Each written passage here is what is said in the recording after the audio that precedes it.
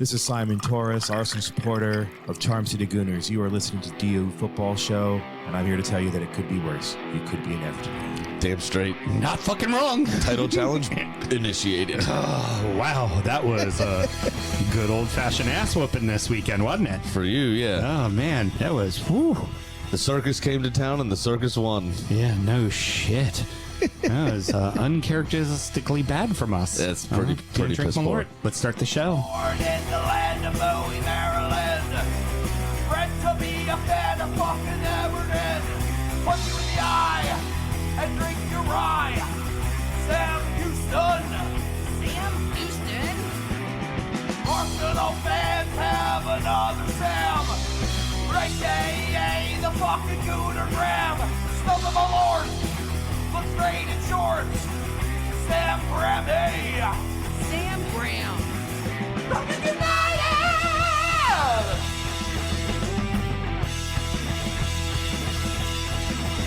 Fucking United!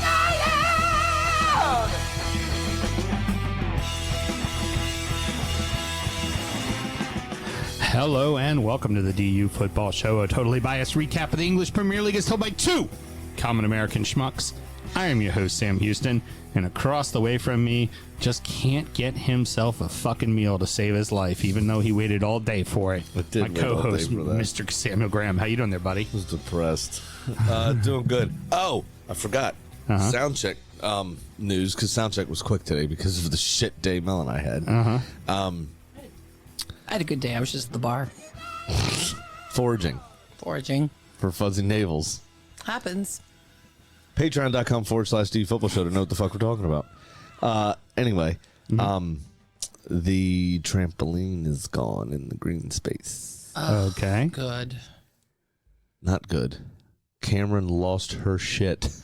We saw them starting to take it down, so we shut the blinds real quick on Sunday at my mom's birthday. And Cameron heard some kids playing, and she goes and opens the blinds. She goes, "Daddy, where's the trampoline?" Oh, I was like, no. "Oh fuck!" So Carly and I have started Googling trampolines and prices on them. No, because you're now going to need to have one in your backyard. We'll be the new community trampoline people. And, of course, on the ones and twos. She got a lot going on there. Bad. My life sucks at the moment. She's got big glasses. She's somehow accidentally tripping and turning off lights while getting a beer. I don't know what the fuck is going on her side. Turning the heater off, and I couldn't remember which plug was for the heater and which plug was for the other. And I was like, turn the lights off. Producer Mel, how you doing? I am having a hard time producing shit right now. Oh, you don't say.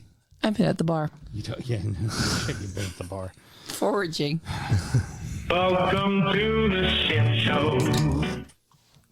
We're recording at the DU Public House just outside the nation's capital. You can check us out wherever you get your podcasts.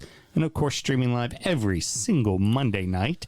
Should you want to chat with us, there is many ways that you can. Mr. Graham, tell the good people how they can get in touch. Of course, it is at D Football Show on all the social media, and dfootballshow@gmail.com to get in touch via email. Tegan, let me know that we're on Blue Sky now. Yes, we are. Sweet. I am. I set us up there, yeah. Nice. Is Tegan following us? She is. Excellent. And she's... What? I was like, "What? So what is Blue Sky, T?" She was like, "It's Twitter, but without Republicans." Because I've heard people say it. Blue Sky's this thing. I didn't know what it like. I've never seen the homepage. I've never seen it. I was like, in my head, I'm thinking Threads, like some weird new thing that no one's actually going to use. Right. And so I said, "What is it?" And that was her response, which I thought was very funny. Just give it time. It'll only be a matter of time. Yeah. All social media gets corrupted always. Sam and myself both work in the wine and spirit industry and both have a deep, passionate love for all things distilled spirits. So as the red-blooded Americans we are, we vow to have a drink in our hand throughout this show and every single show. Mr. Graham, we're going to revisit whiskey back from last year's Whiskey Advocate Top 20. Yes, we are. So we've got the Crown Royal Noble Collection. This is blended Canadian whiskey. This is their Barley Edition, a blend distilled from unmalted and malted barley grains, a product of the Crown Royal Distilling Company. Comes in at 90 proof. Which is 45% by volume for those of you keeping track at home. It is fucking delicious. It's very cereal grainy up front, just like a Scotch would be. Right. But it is so freaking smooth after that. It is absolutely delicious, this whiskey. It is an easy drinker. That is for damn sure. Their higher end marks, what Crown Royal does, is actually quite fucking good. Do not judge a book by its cover, as we've said before, with like things like Dewar's, because the Dewar's aged marks are fucking incredible whiskeys. And still fairly inexpensive comparatively. Yeah, absolutely. This is sub $100. I think this was like $80 last year. Right. And if you guys at home have noticed a theme over the last few weeks, we are trying to let go of bottles from previous lists, because today the first 3 of the top 10 came out. Yes, they did. The first 3 10, dropped. 8, and 9. Yeah. The one thing I'm excited about that is that, and I told you, I also told Rice and Ken as well, I was like, hey, look at that. 3 bottles that are findable and all sub $100. Yeah. So I will be obviously at Mount Airy in the morning, and I'm pretty sure he's got the nectar. Yeah. So I'll try to find at least 2 of them tomorrow. The nectar of the turkey should be very easy to find. The well, we shouldn't be saying their names, but the one, number 10, the batch will be what we will be need to difficult, find. yeah. Right? Well, I mean, it could be that batch just came out, because remember last year, with the exception of that Maker's Mark, a lot of those were being released right as the list came out. Like all of those, like the Highland Park cash strength and stuff like true. that. Yeah, those batches were just getting in warehouses and just hitting stores. So that worked out really well. But we won't be starting the list on Thursday, but next Monday, as we always like to say, never doubt our ability to get the things we want when it comes to alcohol. Yeah. We'll probably be starting the list next Monday. Probably, but remember, I'm going to be on paternity soon. You're going to have some guests here. Yep, and they'll be drinking them, and I'll be saving some for you. All right. The list has got to roll. That's just part of the show.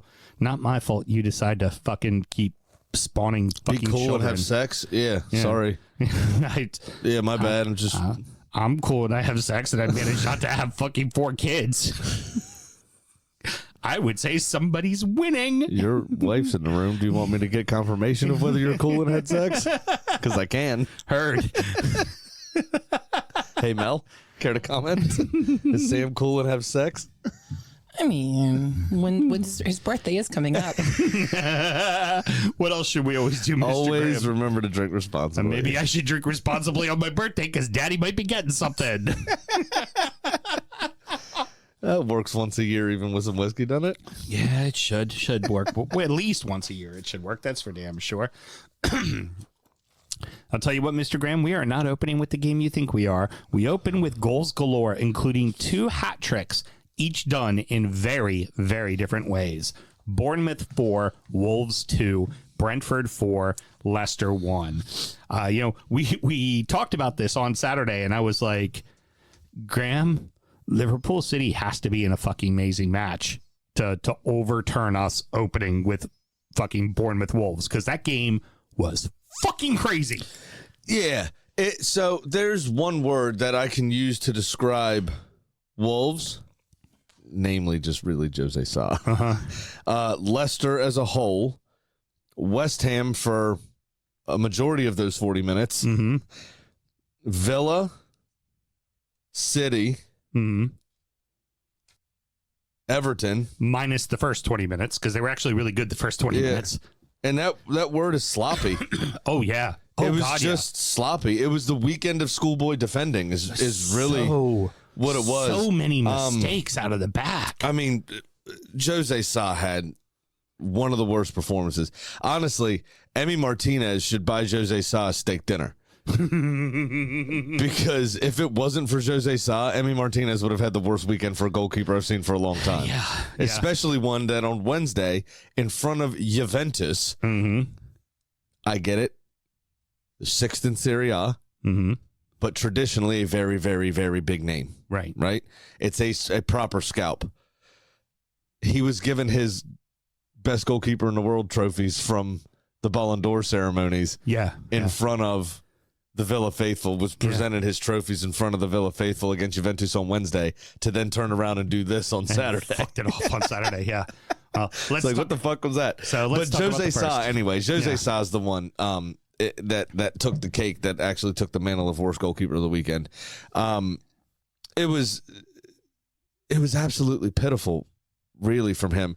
The only one I feel bad for him for, which happens to all of us at one stage or another. Most of us, it happens to outside the box. We get a yellow, game moves on, no problem. When it happens to a goalkeeper or a center back, typically end up giving away a penalty. And that's when somebody steals in as you're attempting to kick a ball and you end up kicking their Achilles. Yep. That fucking sucks. It's a pain in the ass. It shouldn't be a penalty in my opinion, but to the letter of the law, it is a penalty. There should be some grace given because you didn't even know that person was there. We've seen a couple of players get red cards for that, and you're just like, they didn't even know they were there. Yeah. How can it be violent conduct if they're not actually aware that they're committing violence? Yeah, so in contrast, right, should it be given a spot kick, an actual free shot on target?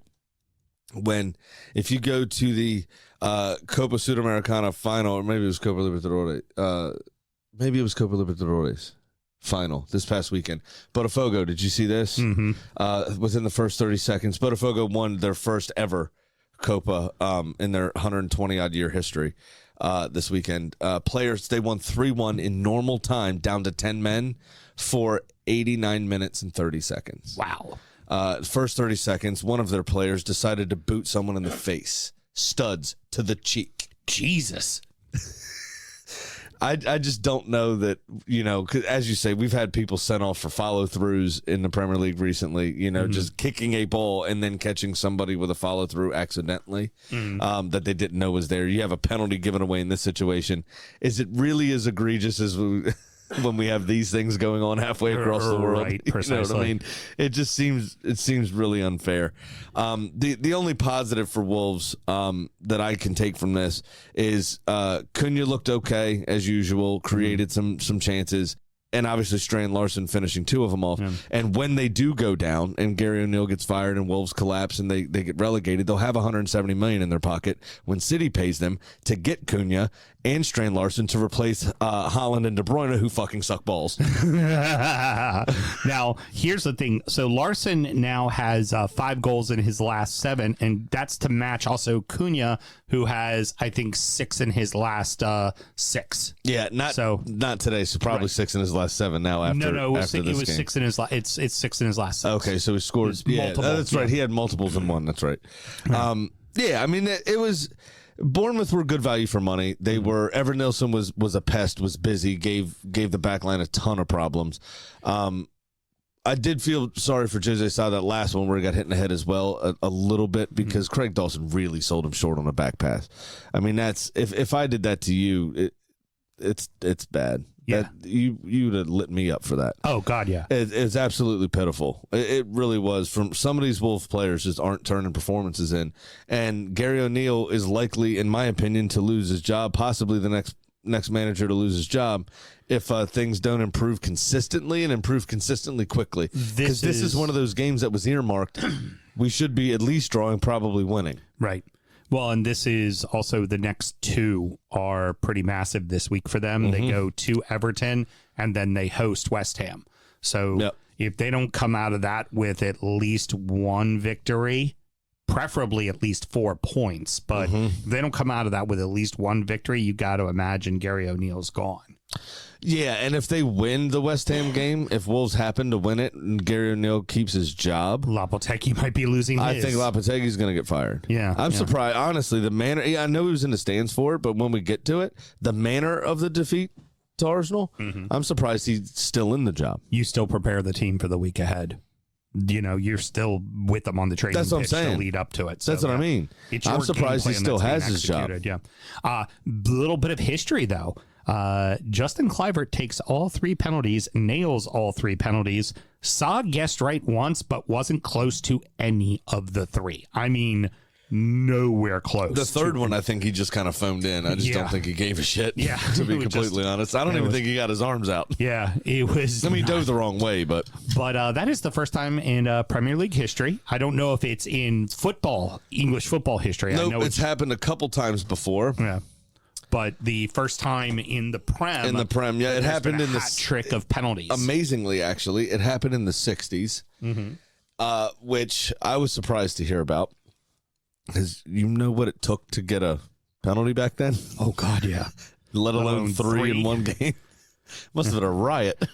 And then it happened. Somebody probably pulled out a cricket fucking paddle and fucking beat somebody, and that's how they got 3 penalties. And then also happened in the 50s. Yeah. A hat trick of penalties as well. Mm-hmm. Very good. Yeah. Well, what's also interesting is just that they went with the same kicker every single time. Mm-hmm. You know, you would have thought that maybe they would have switched on the second. Yeah, Areola said that in the post-match. Mm-hmm. On the third penalty, he was like, should I be changing the person here? And he was like, we're up. Let him get his hat trick, I guess. Yeah, let him go for it. Yeah, and he dispatched all of them brilliantly. I mean, like I say, he sent Sa the wrong way twice. Mm-hmm. And the one where Sa guessed correctly was nowhere near. I mean, Kluivert was excellent. Now, for Bournemouth, this is actually a good result, not just because obviously the goals and everything, but you had done really well against 3 of the best teams in the fucking league, and then you promptly lost a couple of head scratchers to now get this win. That's good. That's just kind of, hey, let's turn ourselves back in the right direction. Big time. That's huge. Be a hell of a note if they would have lost that one, and then you're just like, suddenly you're sinking. You're sinking. And those, beating Arsenal and City and drawing Villa suddenly don't matter. If suddenly you're just dropping down the table. Yeah, exactly. I mean, they're in, 13th or something at the moment, which is strong. And I don't think they're going to get sucked into any sort of, even if they win on a little bit of a slide, because there's so many bad teams at the bottom. I very much agree with that statement. It was just, that was... But their early season form, you would have fancied them to be pushing for a top 10. Well, other than that, I mean, yeah, they got the win against Everton, but that was a very good 11 minutes of football they had, not a very good game, because that was a game that Everton frankly dominated. Kirkes, one of the goals of the season so far. That left footed, that was a fucking laser beam. That's one of those near post goals you can't blame a goalie for, because he ripped it into the top part of the net on the near post. Yeah. Like, it was just a laser ball. I think it may have also taken a slight deflection, but I don't think Sa was getting anywhere near that anyway. I mean, that thing was hit with such ferocity. So, Van Nistelrooy is sitting in the stands to watch Leicester play. He's getting ready to take over the team. I'm going to bother to get to know his name as a manager, unlike that other guy, until that other guy does something with that other club at some point, and 4-0 against Everton doesn't fucking count. Jesus Christ. But he got to watch Jamie Vardy be Jamie fucking Vardy, and then watch the Foxes be the fucking Foxes. Yeah, he'll be happy with Jamie Vardy's performance. I think he worked hard as usual. Shocker, Vardy and Buonanotte connecting again. Yeah, and it was a great little shoulder barge to get himself a yard of space and win the ball in the box. And then the composure while he's kind of stretching and falling to get that ball to Buonanotte was absolutely fantastic. Yeah. But, I mean, I'm not going to say I told you so. Boutface is back, baby. Yeah, he is. This is by far his worst game this season. Positionally, marking-wise, just everything. It was just absolute dog shit. And I am going to say, Vout, you're shit, and I knew you were. Because I've been calling you out since day fucking 1. Brentford obviously then took over the game, really. Leicester didn't have too much. 1 and 2 were there. almost immediately after Leicester's first goal. It was like, now it's 2-1. Yeah, it just, and that's got to be so deflating to the players that are actually trying. Yeah. Van Nistelrooy must be looking at Voutface just like, I used to eat Shooter McGavin, basically, right? I used to eat pieces of shit like you for breakfast. Oh God, yeah. And Voutface isn't smart enough to reply, you eat pieces of shit for breakfast? Yeah. Because he's an idiot. Yeah. Well, and obviously the midfield injuries are really hurting Leicester as a whole. The one thing Van Nistelrooy can take from this is the partnership of Buonanotte and Vardy is good. Now you only have Buonanotte for the season because it's a loan. And Malvididi. Yeah. He's been fantastic this season as well. He's been a bit of a bright spot. Jordan Ayew is complaining he doesn't play as much. He is a fairly canny operator, I guess. He does nowhere near get enough goals. Right. But when he was with Palace, I mean, he did create a fair amount of opportunities and did occupy some space that made people uncomfortable. Well, it's normally because he's a cheating bastard and we fucking hate him. I mean, I don't particularly care for him either, but nobody. Van Nistelrooy came close after he stamped on Ashley Cole's leg against Arsenal. But Voutface might be my most hated Premier League player of all time. Really hate him that much, dude. Yeah, because he disgraces the craft of center backs. Yeah. And I was a center back. And I played at a junior college in Maryland. And I know what you're doing sucks. Right. I could do a better job than that. And I do it for a third of the price. Is as I keep repeating, I talked about it when I did my halftime check-in this past weekend, was just because you have a team full of Premier League experience does not necessarily mean that's a good thing when it's a team full of shit Premier League experience. You know what else was funny is somebody, I can't remember which player they mentioned, but one of the players in Leicester's midfield, the last Premier League start he made was the day they were relegated 2 seasons ago. No shit. Too fucking It's like, it's kind of an omen, isn't it? Is it Kevin Schad, the winger for Brentford? Schade. So he It's German. we forget about him because he was signed onto the team while Ivan Toney was still there, and he was the fourth guy, and he was like, we're going to work him in. And then he suffered a couple of real bad injuries and was out for almost all of last season.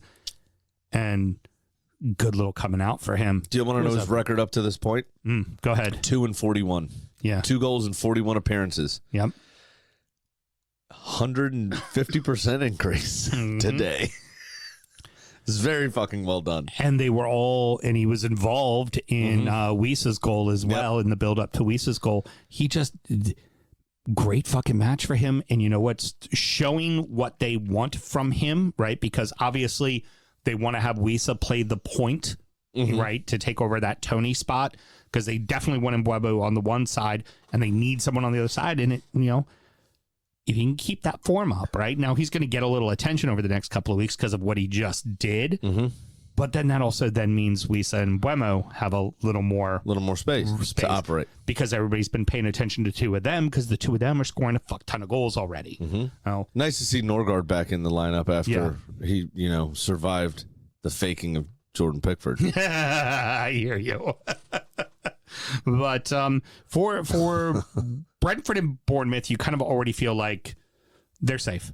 They'll be all right. It's not going to be although Brentford right now finds themselves in 8th place, I don't think those 2 teams are going to find themselves in the top half of the table, but I think they're going to find themselves comfortably safe by February. Yeah. Brentford's had a really weird season. They went through that 5-game stretch or whatever it was where they scored in the first 30 seconds and gave every one of those games away. Now they went behind and then stormed back. This has happened now 2-3 weeks in a row. Yep. They've had a very odd season, but they did that against Wolves too. But they've picked up points where they've needed them.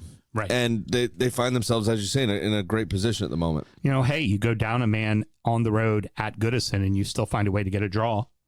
I mean, it helps that Everton has no ability to score a goal. No goals in November. Yeah, exactly. No goal of the month in November. None. Not one. Not even like a cup goal. Nothing. I would love if the social media team. Yeah. No, if the social media team put out like a fan at halftime that had to kick a penalty for a car or some shit. For goal of the month. Oh, that would be fucking brilliant. I would love that. Well, y'all don't have cars to give away because you're broke. Yeah. I would do like the guy that kicked the penalty for a pint at halftime. Yeah. I'd kick a penalty for a pint and a pie. I know your ass would too. The only problem is and then we bump bellies in the bathroom. Have a naval battle, as they call it. AKA Fat Man Handshake. One last thought. We talked about it last week, and this yet again, I think we still see it.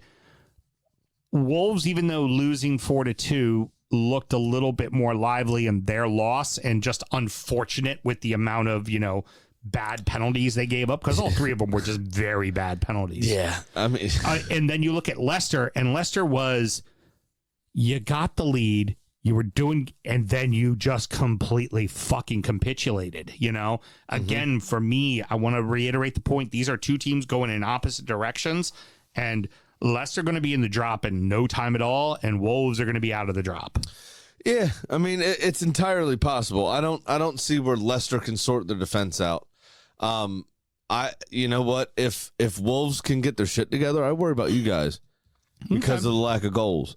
A lot of the last month or so, like I said, getting points on the board is the most important thing. Right. And you've been at least getting draws for the most part until obviously you ran into a new manager bump. But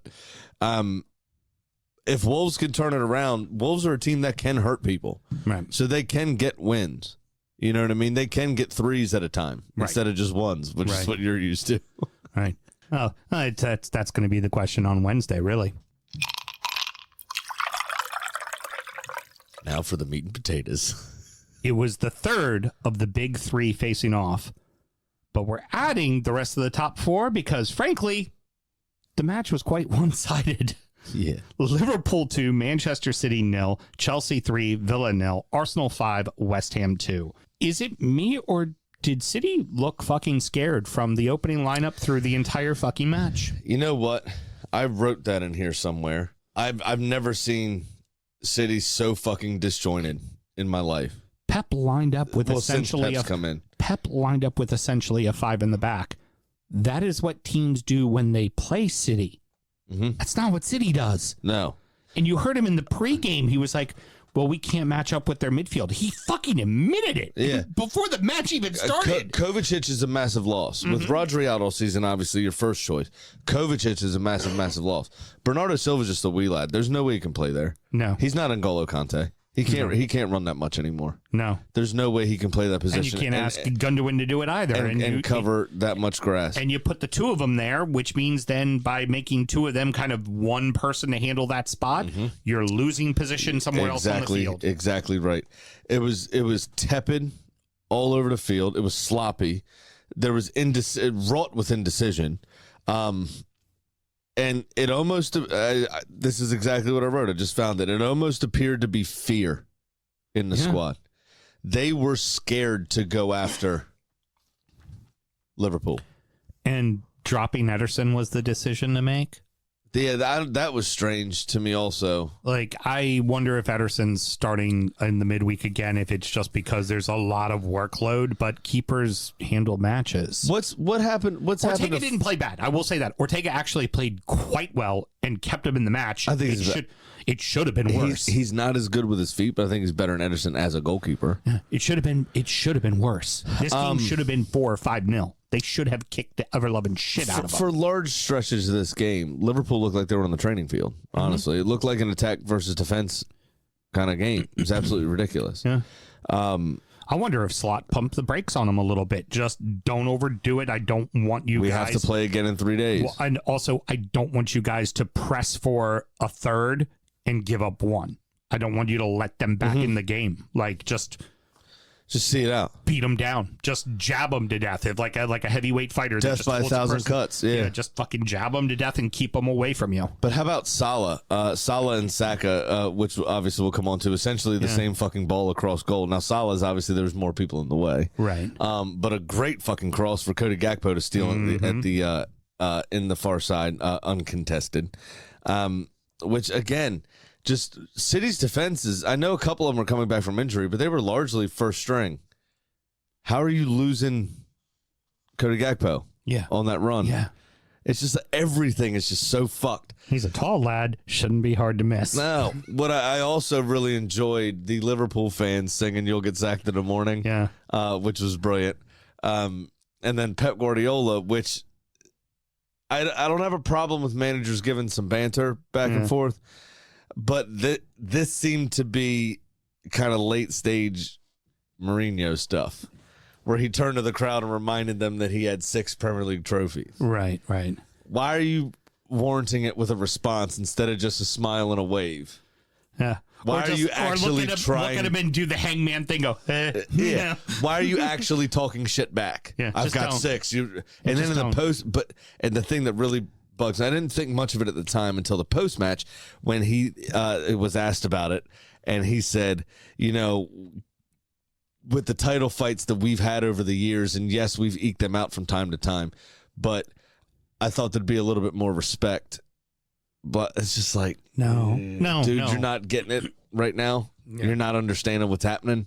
Right. And that smacks of a dude that's completely under pressure. Yeah. Then you talk about the digging his fingernails into his skin so hard that he bleeds. Yeah. Wow, that's strange. Never seen that before. Yeah. Arsene Wenger got fined for throwing a water bottle too hard at the ground back in the day.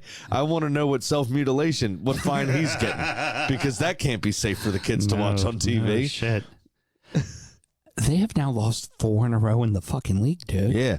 That's 4 in a fucking row. 6 of 7 losses and winless in 7 total. And the only one was the Feyenoord capitulation when they were 3-0 up. 3-0 up and end up drawing 3-3. Exactly right. Here's so the Reds now sit 9 at home as well. Reds now sit 9 points in front of Arsenal and Chelsea, who we're going to get on to. Here's a little thing I've been keeping in my back pocket. I have a little conspiracy. So hold on here. I got all the documents. We're on Blue Sky now. You can't act like that. You don't have the documents. The Onion has all the documents. That's true. The Onion does have it because they bought Alex Jones. Again, we cannot. We're on Blue Sky now. We have to be a bit more responsible. Understood. This is the clean internet. Here is my conspiracy. Now that City are very behind. Now, in January, because it fits the narrative, the FA will come through, or the Prem will come through with the sweeping, massive point deduction. Like, we're going to show everybody we're doing this, right? Like 20 points, right? Because it means fuck all, because they ain't winning the title. Right? Well, let me get all this out. They give them 20 points, then they go to appeal, and it ends up only being 10. City finish the season in still either 4th or 5th place and still either go to Champions League or some kind of Europe. And then the Prem can stand there so proudly and go, see, we accomplished things. Brr, brr, brr. When really you didn't accomplish fuck all, and you didn't really affect the season or them as a club at all. But I think there's a point deduction coming in January, and it's going to be like, everybody's going to be like, all right, see, that got taken care of. Nothing to see here now. It's all over. So the European places, they were going to finish them regardless. Right. Last couple of seasons, they finished with 96, 98. There was one season they had over 100 points. Take 20 away, they're 80. They're still in 3rd. Right. So the European part doesn't bother me. That's going to happen regardless. Yeah. They're just that good of a team. Right. Because they were illegally assembled. Right. Quite frankly. Yeah, frankly. So, I mean, they do need to set a precedent. They do need to do that. They did that with you guys. They did that with Forest. Now they can do that with City and hit them where it hurts. What they should do is find them guilty enough to cost them a European season. Right, but they won't. They probably won't, because UEFA want them in the Champions League. They're going to make it a 20-point. They're going to do something massive, like 20 points. They don't want to appeal. It's going to get cut in half and made 10. And 10 will not affect them at all. They'll be 20 20 wouldn't have affected them at all. Yeah. I mean, look who's in 4th right now, but it's Brighton. Brighton's not going to sustain that. We both know that. If it was 20 points, I could see a Villa, Chelsea, Spurs doing enough to maybe knock them into 8th place on a 20-point deduction. I could see that happening. Yeah, maybe. Because also, I'd have to look at the table from last year and see how far above they finished Spurs and Villa.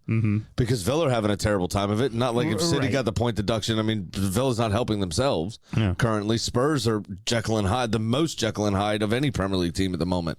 Go beat City 4-0 and then do what you did here with who was it, Palace? No, but you know what I'm saying? Like, don't you know? United's back under whatever the hell the guy's name is that's managing them now. Yeah, they're back. They're going to be in Champions League. Absolutely true. You know, that's but how when it's gonna City work. pick up Strand Larson, it's going to be it's going to be great. It's all over. We're going another 6 over. years. I do have two questions actually. What's happened to Phil Foden? I don't know. He left the England camp for 3 days because he had a baby. Yeah, he went back. They lost the final again. He has been absolute dog shit this season. Yeah. Completely anonymous when he's played. Terrible. And his season started late to give him time to recover. Yeah.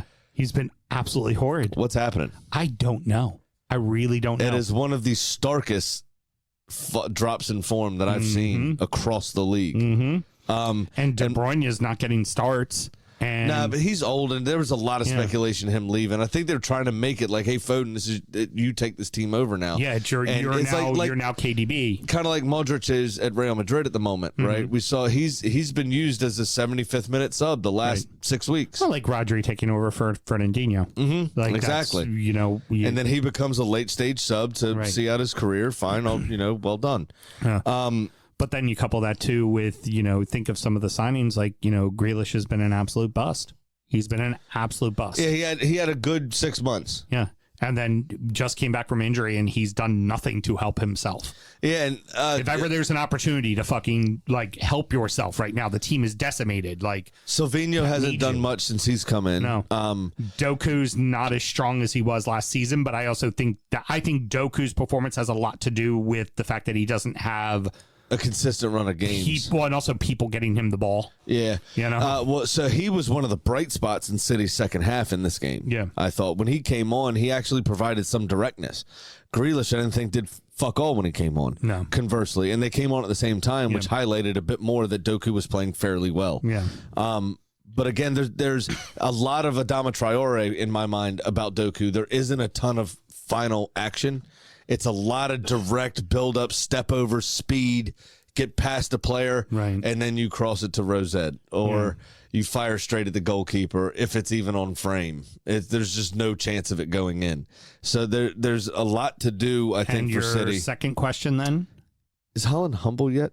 I was about to say we didn't mention Erling Haaland because Erling Haaland played a professional match in the English Premier League this weekend. Big win for Chelsea. Villa now sitting 12th. Does it even seem like Villa care about the fucking league at all? Villa have had a really weird start to the season. We're going to need Mel on this one, too, because she's been watching them a lot closer than I have.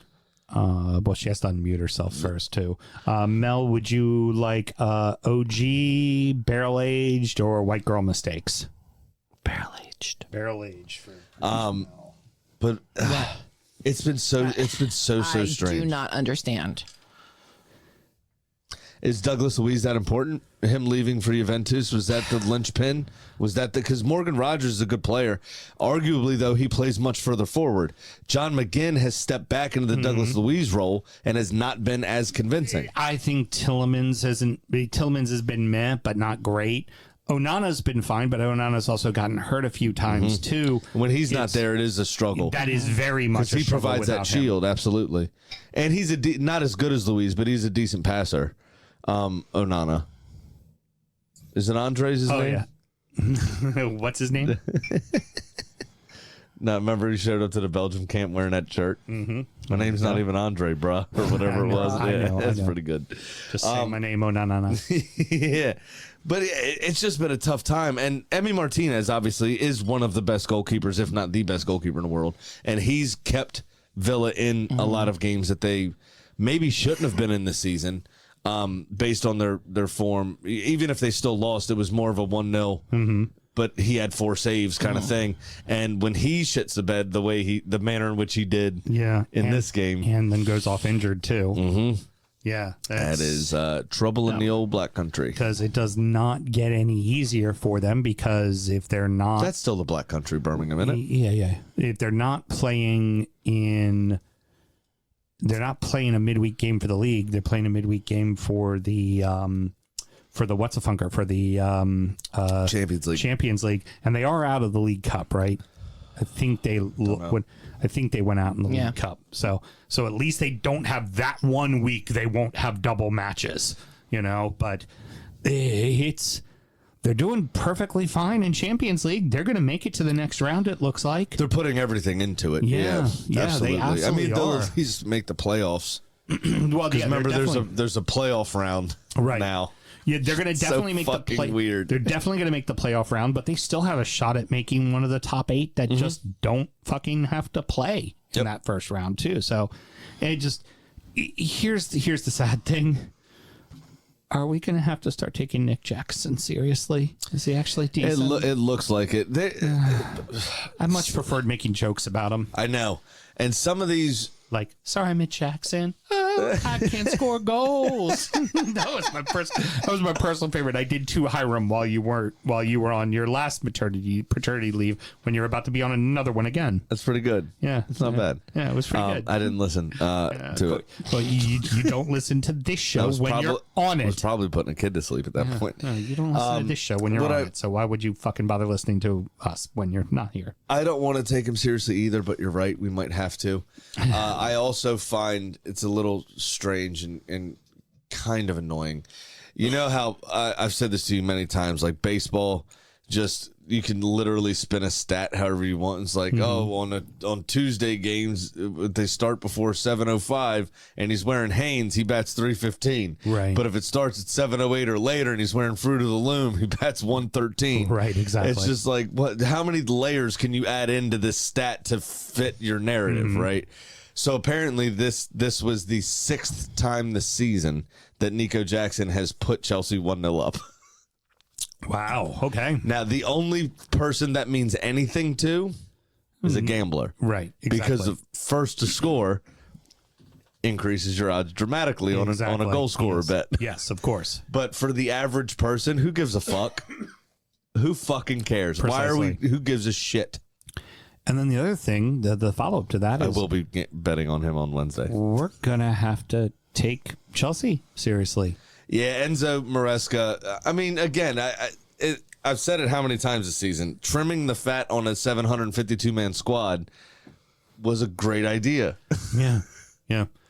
But what he's done, it kind of almost the same thing that Arne Slot's done at Liverpool, to be quite honest. He kept the best things that Klopp did, right, with Liverpool. He kept their flair players in those positions. He kept the kind of system almost in terms of shape and personnel. With just a little more discipline. But just a touch more discipline. It makes them a bit more professional and allows them to conserve energy to possibly go a bit further longer. Right. Right? Enzo Maresca has done largely the same thing. Pochettino did at the end of last season. We were like, oh shit, maybe they're turning a corner.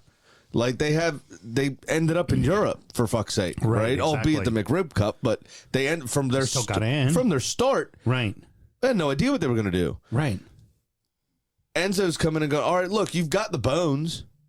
Let me fill in the gaps here. Right. And also, these 600 people are dead to you. Don't talk to them anymore. Right. Well, it also it shut Todd Bowley up. Yeah.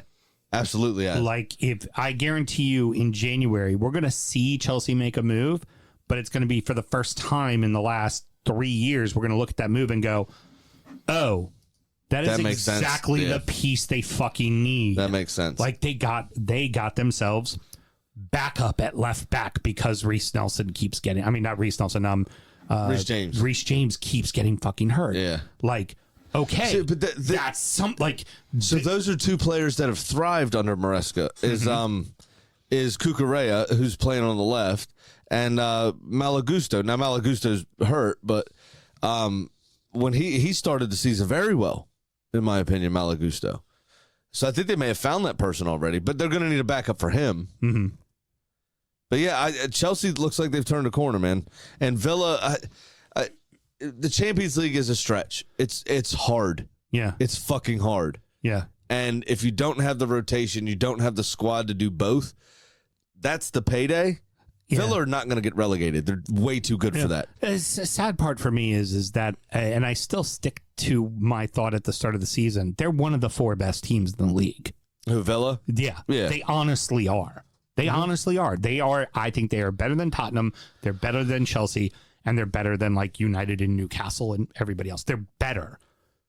The workload has gotten to them. Absolutely. And I feel like this is going to be very similar to what happened with Newcastle, where Newcastle got their Champions League and then the very next year didn't even make Europe. And I wonder if here's the Villa problem. Might not make Europe either. To make the step, you still have to prioritize the league. Now, Newcastle had a very good showing, albeit getting dumped still from their Champions League group last time out.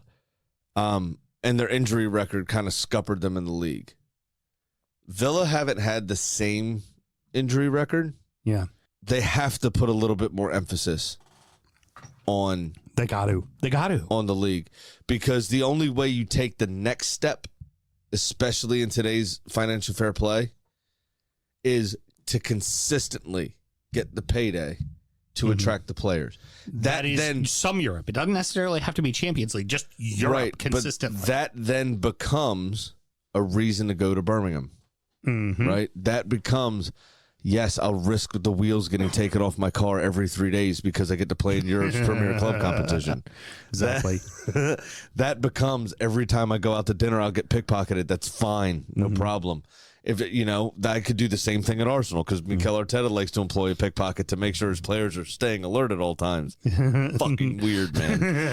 But that happened at a team dinner. Hey, but remember, he was an Evertonian before he was a Gunner. I know. That's true. From the Scousers got to him. Spent a good amount of time in he was in Glasgow as well. Yeah, he was. He's been in some rough and tumble areas, Yeah, he Mikel. has been. But the other thing, Pau Torres and Emi Martinez should know better than to touch a ball and allow Emi to dive on it.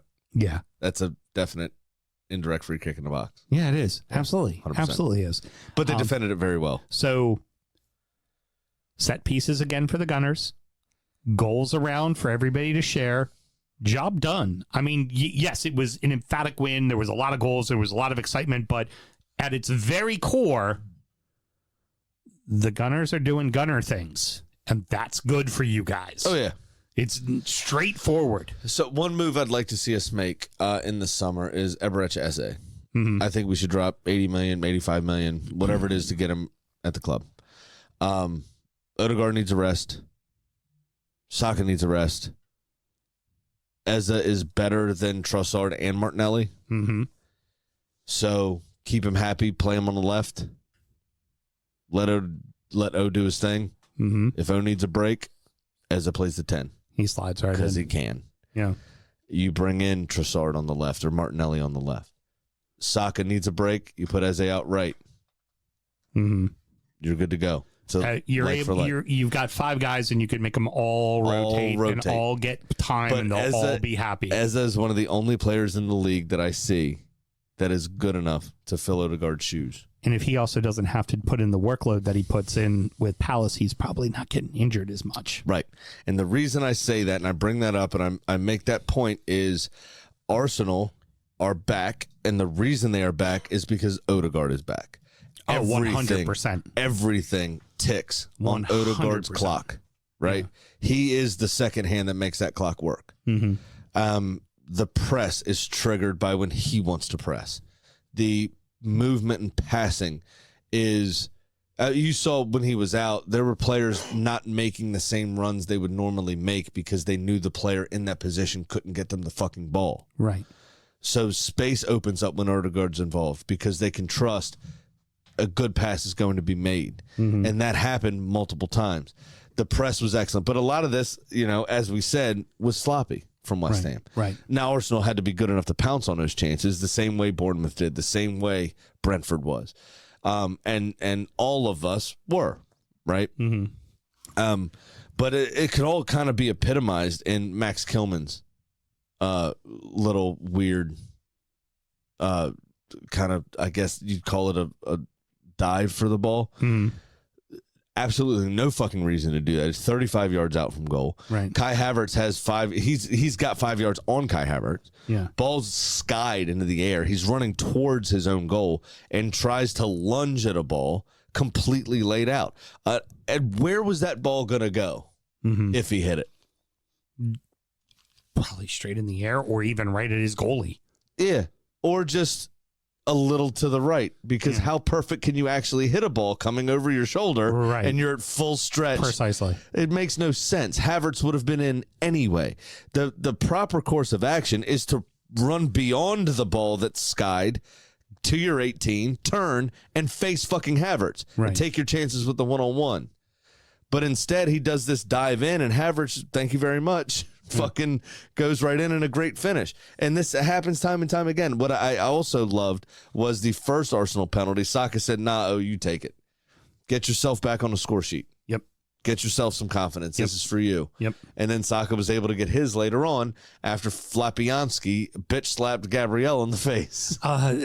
So Smokey was trying to argue that it wasn't a penalty because Both of them were penalties, by the way. That he, because he got some of the ball.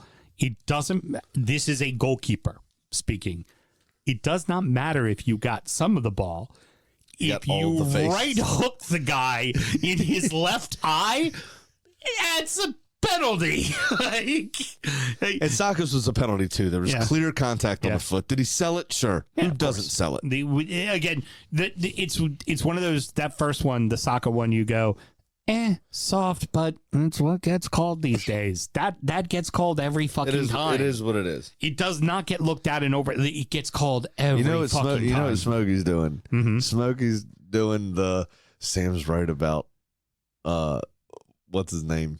Lopetegui. I got to get in front of this. So he posts some.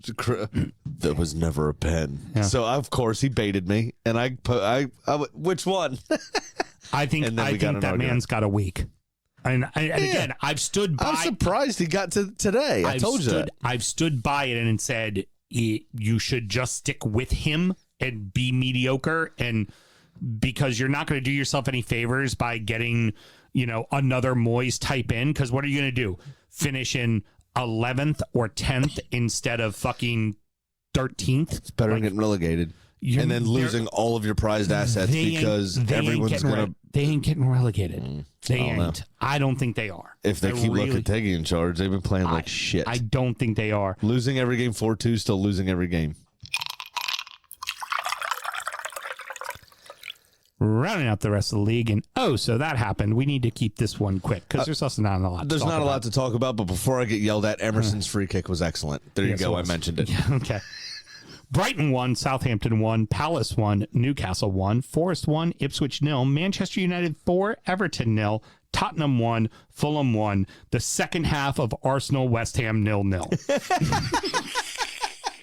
Yeah, pretty much. Yeah, I felt like that needed to be mentioned into so that happened. You're not wrong. Because your first half was brilliant. Your second half was...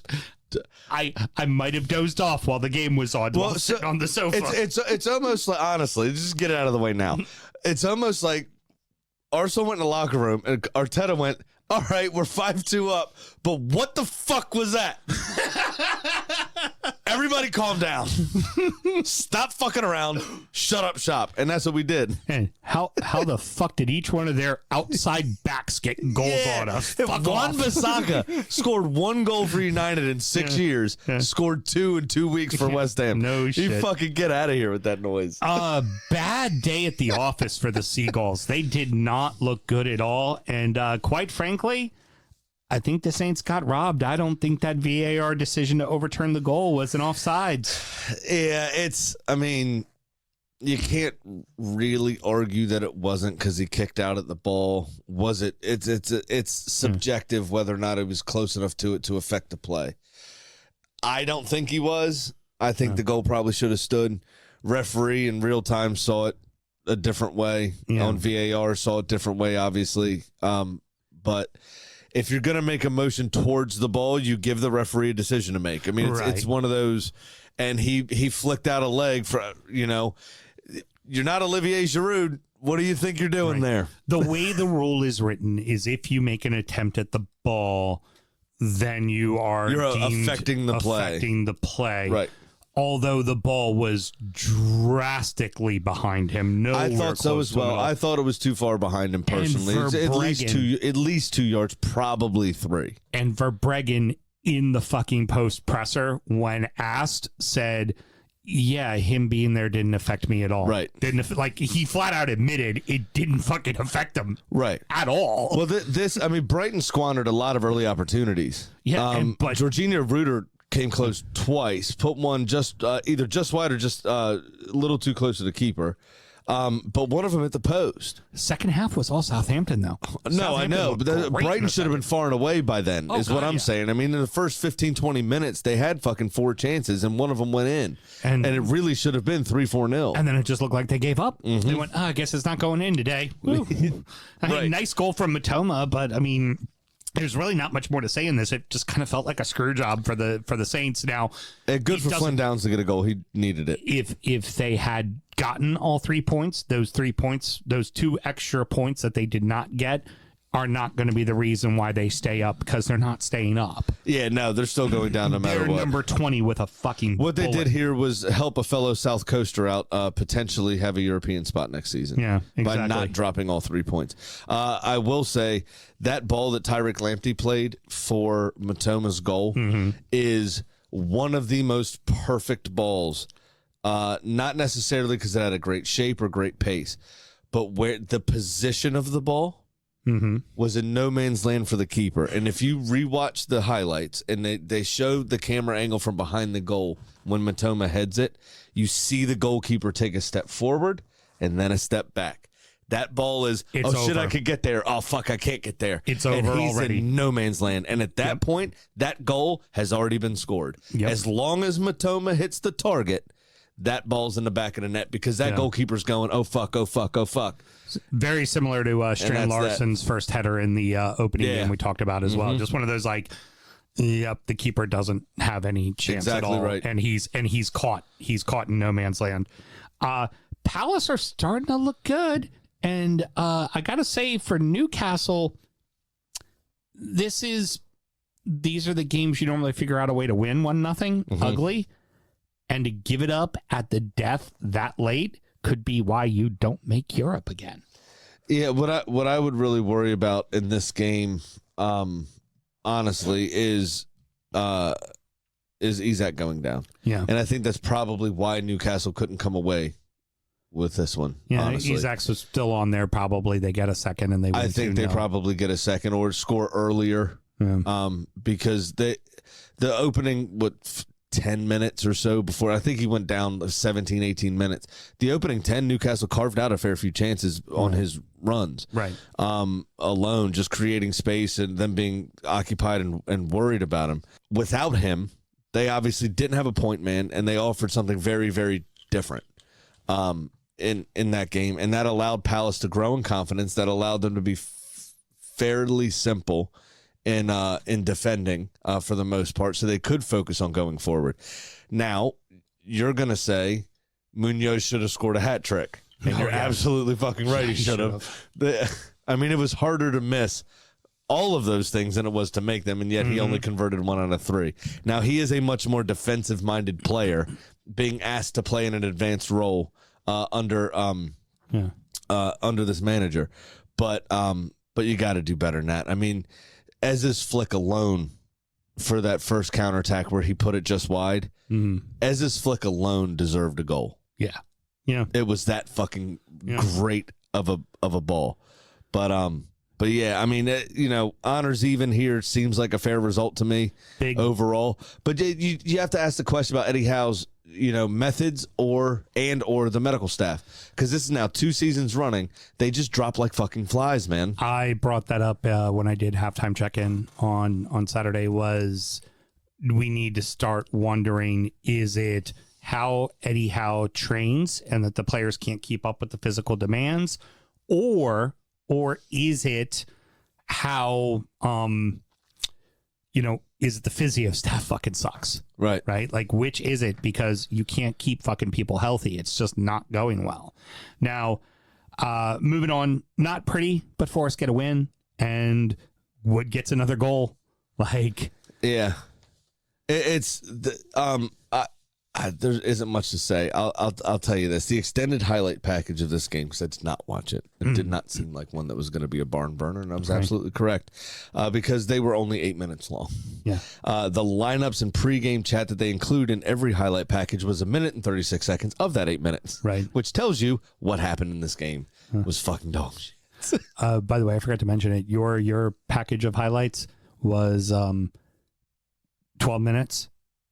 10 minutes and 15 seconds was the first half. Yeah. Exactly right. And then it was Gabby Jesus hit side netting. Yeah. And over. Oh, and scene. One Raya save. Yeah. And that was and scene. Yeah.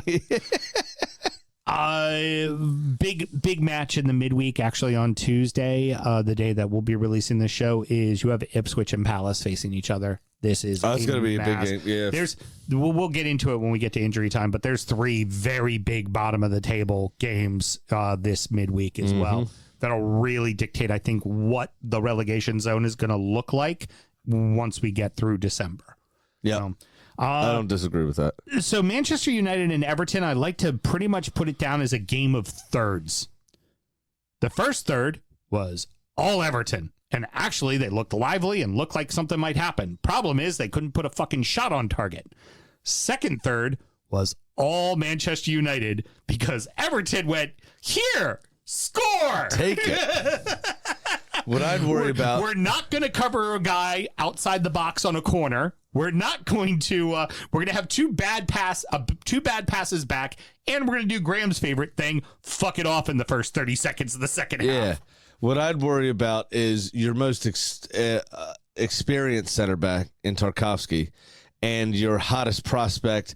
And, you know, people were upset when he didn't make the England squad for the Euros, Jared Branthwaite, doing the exact same fucking thing on the left wing and just absolutely thinking, I've got loads of time, and then gifting possession. Yep. And Manchester United scored on both of those plays. Yep, both of them. They actually took their chance. Which was and the final third absolutely surprising. And the final third was a team up 4-0 deciding to just try to see the game out, and a team down 4-0 going, please let us not give up another fucking goal. That was the game of thirds. Yeah, pretty much. It's gonna be a long December, Mr. Graham, as I do my shot on my Lord. It was a long November. Yeah, but we were drawing a lot and weren't giving up any goals. It's been a while since I've had one of those. It's not easy. Remember, I only had 2 all the last season. Then I had to do 4 in like a 6-week span. Not good. That sucks. Spurs were meh. Yeah. And it's exactly we called this. Of course they beat City 4-0 and they're going to come out and have a dud against fucking and fuck Fulham. it all off. Yeah, exactly right. And Carney doing the dubious honor of scoring the goal and getting sent off. Idiot. Fucking idiot. Yep. I mean the tackle that got him sent off was absolutely stupid, to be completely honest. It was high. It was dumb. Yeah, it was just dumb. stupid. But what a wand of a left foot the guy has. Yeah. It was a great goal. Yeah. Great goal he scores. If Timo Werner could do anything positive outside of Karabag in the Conference League or whatever competition or in Europa League, it'd be very welcome, I'm sure, from Tottenham supporters, because he was very wasteful in this game, I thought. If you need a ball in Rose Ed, Timo Werner's your man. Sure money. Minus 1,200. I suck. You hit. Of course I did. Did you hit? Yeah, of course I you hit. did. I got 2 draws, babe. A draw and a win, baby. I said double chances. So I am now up $395. Big Sam's Lock of the Week. Your personal favorite, Graham. 25% of the time. It works 100% of the time. Nice round number. This one, I figure I'm probably going to lose, but fuck it. If ever there was an opportunity and they still give you odds. Forced to beat City at plus 700. Okay. Why not? Why? Like, they've Chris lost. Wood's on form, I They've guess. lost 4 in a row. Forrest is playing well enough. It could be a draw, and they could lose one. But at plus 700, fuck it. They, like, unless I suddenly see that Kovacic is back, and then you go, oh, okay, well now City's now gonna you're win. fucked. Yeah. But why not? Why the fuck not? All right. Yeah, fuck it. Okay. Also, didn't bench any of my Forest guys for fucking fantasy. I'm like, fucking let them all play. Nice. Good All chance right. they're probably not giving up goals, and they might actually make some goals happen. Okay, interesting take. There you go. All right. Hit Adam's button because I actually do have a 9-way parlay exactly. 9-way parlay.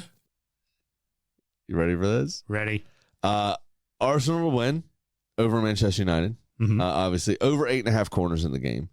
1+ shots on target for Kai Havertz, 1+ shots on target for Bukayo Saka, and over 1.5 goals in the game.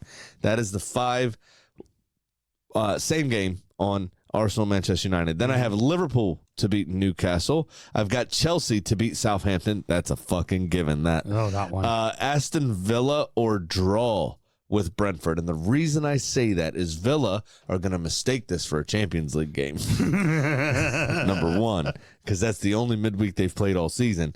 And number two, Brentford are absolute dog shit away from home. Mm-hmm. So I think Villa's got a chance in that one. And then I don't know who it's going to be, but Leicester or West Ham is going to win in a double chance in that game. Not good gambling. Leicester or West Ham in that game, because West Ham are not great. 9-way parlay. And Leicester have a new manager bounce coming with old Ruud van Nistelrooy in charge. So that 9-legger gets me a plus 1330. So I will be in le positive once I hit it. And I think I will. All right. Well, that is going to wrap it up, boys and girls. You definitely won't. Somebody going to get hurt real bad in that game. Heard. And Mr. Graham, any parting words? Yeah. Did you see the third penalty for Bournemouth? Yes. Did you happen to see the still shot of the stands on Yes, that I third did. penalty? People do a lot of things to get under the skin, get in the head of the opposing team, fans in the stands yelling things, sometimes unsavory. Some people yell racist things to, and they're not actually racist people, but it's just to throw the players off, which is fucked and stupid, and don't do it because it's ridiculous. This was the opposite of that. This was do more of this. All of this. This was perfect. Gentleman stood up. And I'm sure he's a gentleman. Yeah. And I do have a criticism of him, though. Pulled his pants down, pulled his shirt up. Mel's gagging about it. Yeah. It was that bad. And he, it was absolutely pitiful. Had wearing the old fronts. Speedo. The old Y fronts, the old tidy whities. Except, and here's the criticism, they weren't white. Yeah.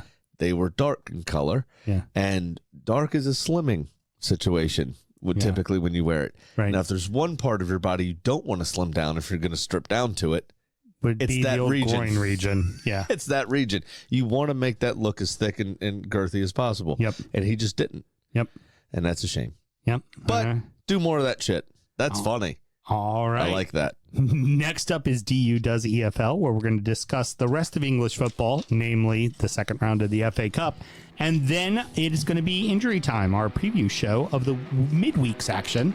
Should you want to support the show, Mr. Graham, how do you go about doing that? Absolutely. As I told you up front, there it is patreon.com/DU Football Show. Just sign up to that $5 tier, and you'll be more than pleasantly surprised by all our extra shit in your inbox every week. Excellent. Until next week, everybody. I guess if you're subscribed to, it's not really a surprise, is it? Whatever. Good night. Born in the land of Bowie, Maryland. Bred to be a fan of fucking Everton. Punch you in the eye and drink your rye. Sam Houston. Sam Houston? Arsenal fans have another Sam. AKA the fucking Gooner Graham. Stump of a lord. Look straight in shorts. Sam Graham, hey. Sam Graham. Brooklyn United!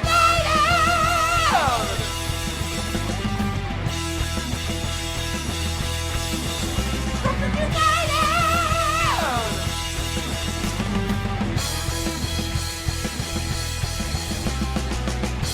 Hit the fucking mute button!